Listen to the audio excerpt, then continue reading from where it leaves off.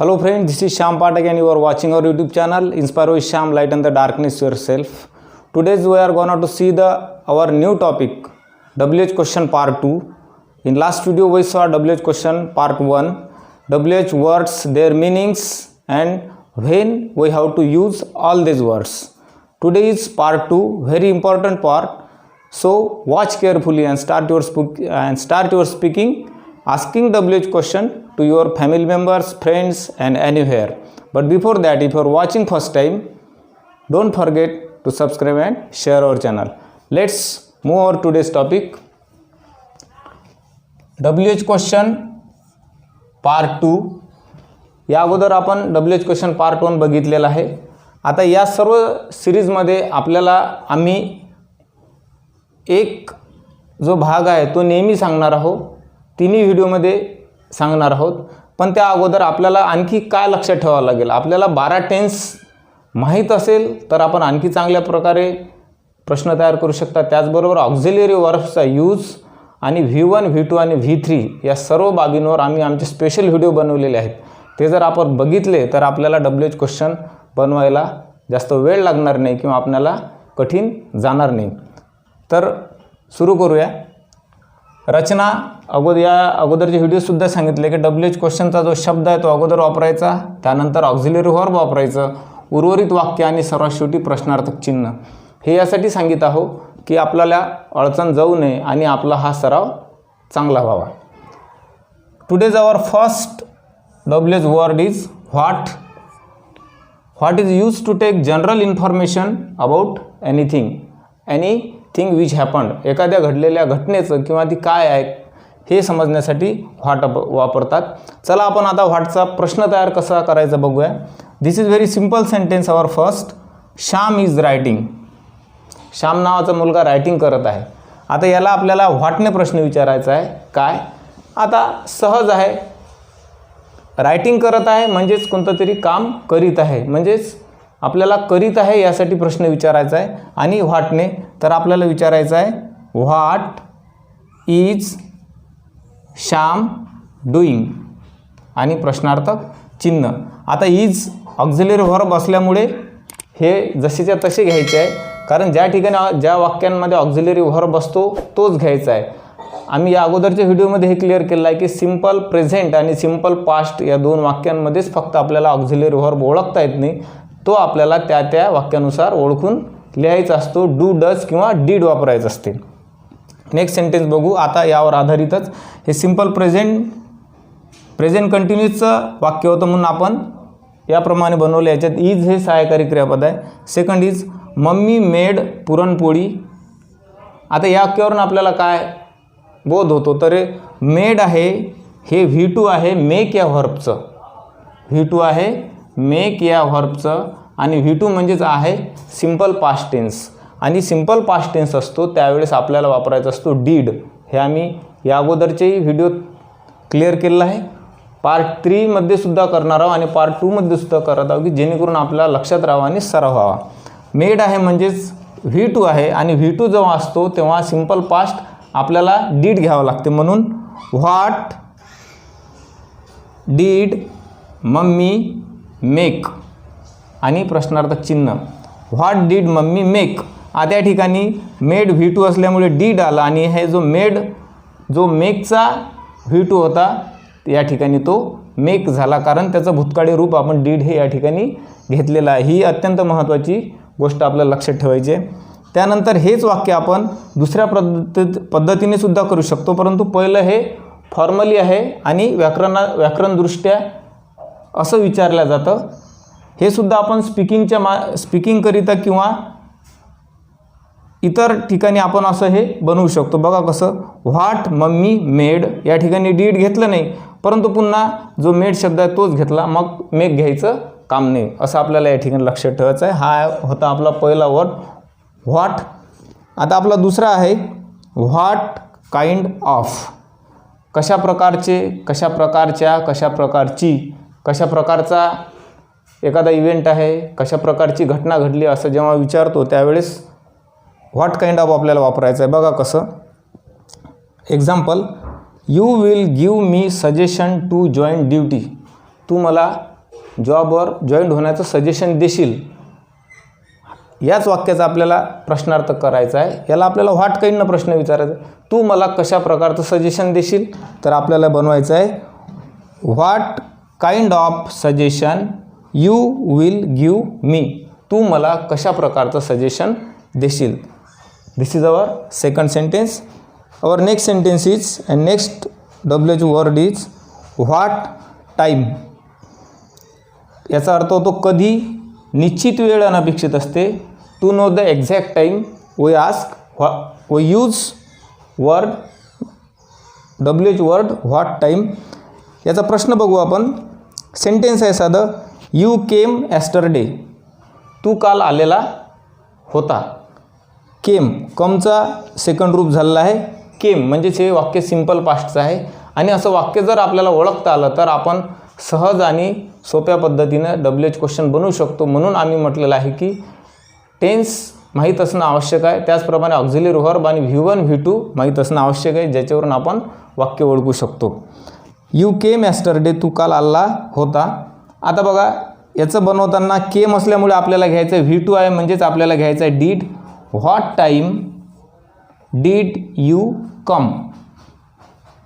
केमचं भूतकाळी रूप डीड. या ठिकाणी भूतकाळ रूप म्हटल्यापेक्षा केमचा जो भूतकाळ आहे तो या डीडमध्ये दाखवलेला आहे, म्हणून केमचं पहिलं रूप या ठिकाणी come. What time did you come. तू कधी आला होता.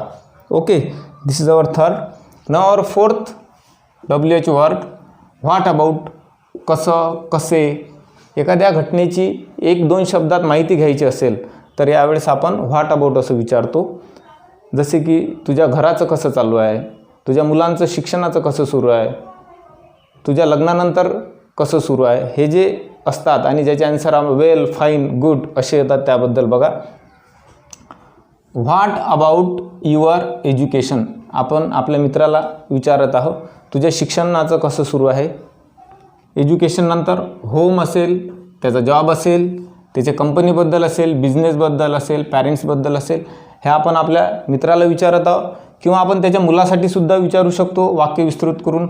What about your children's education. What about your parents education. मित्राचं नाव घ्यायचं असेल, आपल्या समोरच्या मित्राला तिसऱ्या मित्राबद्दल जर विचारायचं असेल तर व्हॉट अबाउट त्याचं नाव या ठिकाणला हिज हर एज्युकेशन. म्हणजे आपल्याला त्या प्रकारचा प्रश्न विचारता येतो. Very simple. We can make WH question from this what about. Our next is for what. कशासाठी. नेहमी हा प्रश्न आपण एक दुसऱ्याला करत असतो. We ask this question each other many times. कशासाठी. तर बघूया.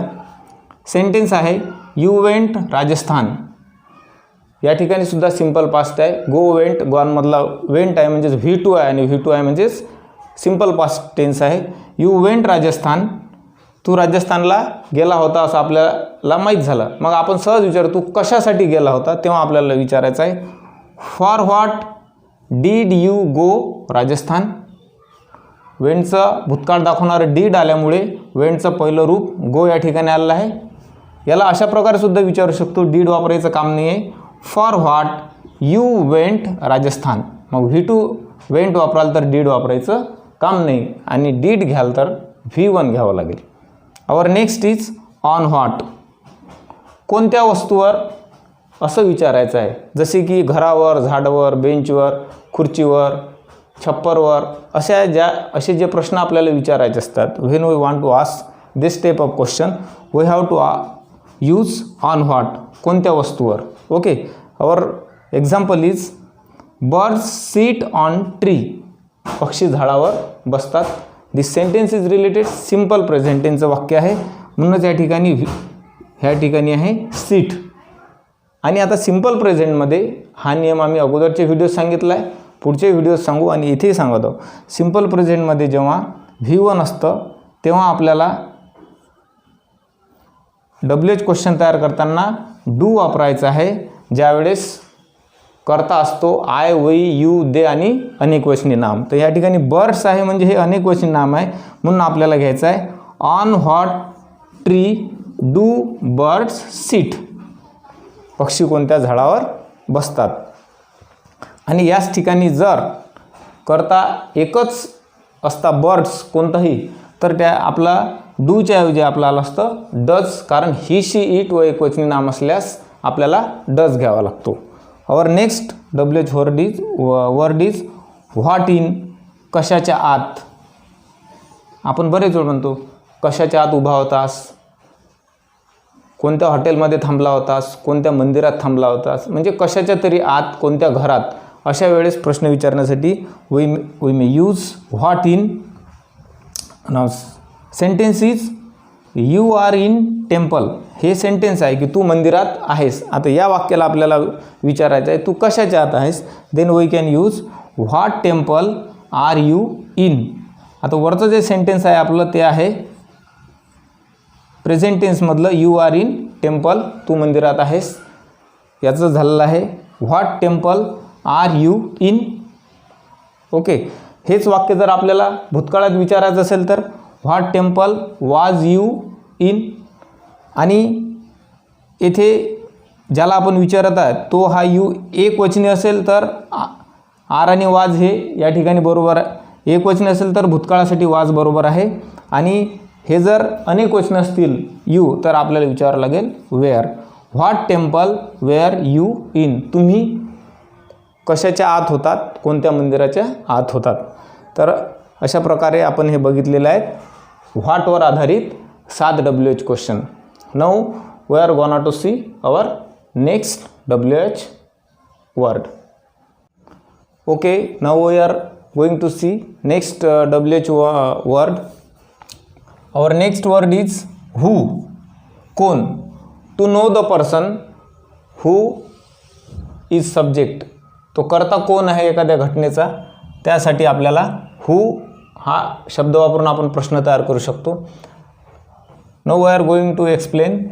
Jayant sings a song. Jayant गीत गातो. आता या ठिकाणी आपल्याला ओळखायचं सिंग्स हे क्रियापद असून त्याला यस लागलं आहे, म्हणजे जे सिंपल प्रेझेंटचं आहे आणि एकवचनी असल्यामुळे यस लागला. याचाच अर्थ जेव्हा एकवचनी नाम असतो तेव्हा सिंपल प्रेझेंट टेन्समध्ये आपल्याला जर WH क्वेश्चन करायचं असेल तर ऑक्झिलरी वर्बात आपलं डज येईल, कारण ही शी इट व एकवचनी नाम असल्यास डज येतो. जसं की याचा अगोदर आपण ऑक्झिलरी वर्ब वरून प्रश्न तयार करू. जसं की सिंग्स असल्यामुळे does Jayant sing a song. Jayant गीत गातो का, हे झालं ऑक्झिलरी व्हर्बचं WH क्वेश्चन.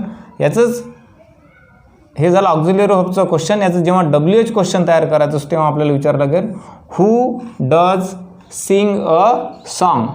आणि डज आल्यामुळे हा जो यस असतो हे रूप डजमध्ये आल्यामुळे सिंगचा यस निघून जातो आणि फक्त सिंग राहतो. हाच प्रश्न आपण डज न वापरता या पद्धतीने वापरू शकतो. हू सिंग्स अ सॉन्ग. पुन्हा हा यस या ठिकाणी आला कारण डज हे रूप आपण या ठिकाणी दाखवलेलं नाही. ही महत्त्वाची माहिती जर आपण लक्षात घेतली तर आपल्याला अडचण जात नाही. तर अशा प्रकारे आपण बघितलं आहे की हूचा प्रश्न कसा तयार करायचा आहे. Our next word is when. कधी. To know the particular time, to ask particular time. Our next person we use when this word. Now we are going to see sentence. Sentence is you were finding the job last year. you या ठिकाणी जो you आहे हा आता नेमका एका व्यक्तीला म्हटलेला आहे की अनेक व्यक्तीला म्हटलेला आहे हे आपल्याला माहीत पाहिजे आशय त्याचा. कारण भूतकाळात विचारताना यू सोबत वेअरच येतो, परंतु प्रश्न तयार करताना तो जर एकवचनी असेल हा समोरील यू तर आपल्याला करावं लागेल when was you finding the job. तर याचा ॲन्सर याच वाक्यात आहे लास्ट इयरला तू पाहत होता. आणि या ठिकाणी जर हा यूचा अनेक विद्यार्थी असतील करता अनेक वचनी तर आपल्याला विचारावं लागेल when where you finding the job. तुम्ही कधी जॉब शोधत होते. या ठिकाणी हा एक वचनी आहे, एक असेल म्हणून आपण वापरला आहे was. Next sentence Sapna will go Assam in next week. Sapna पुढील आठवड्यात आसामला जाणार आहे. कोण जाणार आहे आपल्याला विचारायचं आहे, म्हणून कधी जाणार आहे हे विचारायचं म्हणून when will Sapna go to Assam. In this way we can make very easily WH questions.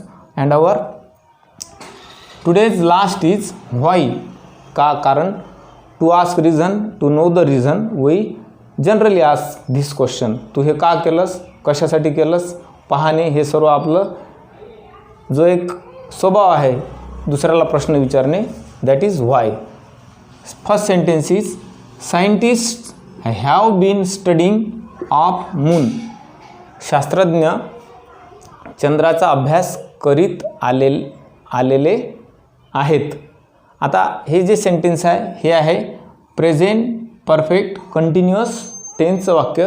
कारण या ठिकाणी आहे हॅव प्लस बीन प्लस क्रियापदाला ING जेव्हा असतो तेव्हा ते असते चालू, तेव्हा अशा प्रकारचं उदाहरण असते चालू पूर्ण काळाचे. आणि हे हॅव असल्यामुळे आहे वर्तमान, चालू पूर्ण वर्तमान काळाचे उदाहरण आहे. हे आपल्याला ओळखायचं आहे, म्हणून टेन्स माहीत असणं आपल्याला आवश्यक आहे. या ठिकाणी आपल्याला व्हायने प्रश्न विचारायचा आहे, म्हणून why scientist have been studying of moon.